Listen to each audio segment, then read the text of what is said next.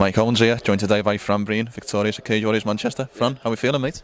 Good, it's good to be back. I haven't fought in Manchester since my amateur debut in 2016, so I was 1-0 there and I've made it 2-0 in Manchester now, so good feeling and good to be back. My last fight was in America, so I haven't fought actually in the UK since about 2021.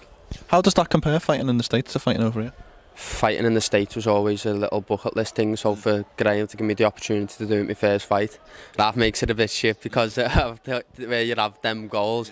I've done it, but it's a goal to do it numerous times, and that was unbelievable to fight there, but to fight in front of all my own fans and people, just 40 minutes I've had a little good turnout, everyone was there, so you've got to see how much I've improved since 2021, and I thank everyone for coming.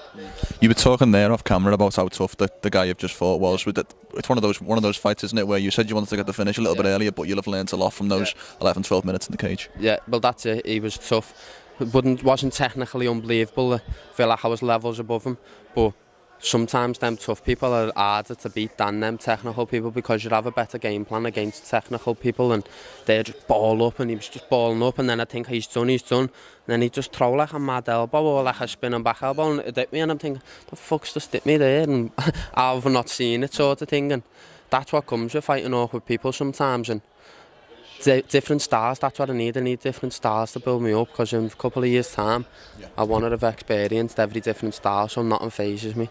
Mate, I remember the first day I walked in Next Gen. I think you were the first lad who greeted me, if memory serves. I think you coming over and asking me if it was alright. It's funny seeing you now compared to all those years ago when I think you were obviously just on the amateur scene. Just talk to me about how far you've come over the last couple of years. You obviously have a lot of role models in the gym, a lot of guys who were further on in their career. So just talk to me about how far you've come in the time you've been in Next Gen. I was making wrong decisions. Probably when you met me, I've always been a nice person, so I'll greet anyone who comes in the gym, try and make them feel welcome. But I wasn't taking it serious, and it was just like where I was younger, I was just thinking you can get away with it. I was watching people doing quality, getting away with things that I can't get away with. I've come to terms I can't get away with making them bad decisions, so it's all or nothing with me now, and it's starting to pay off where I'm putting the time in and making the right decisions, and tonight was just one of them nights for me where everything went well for me.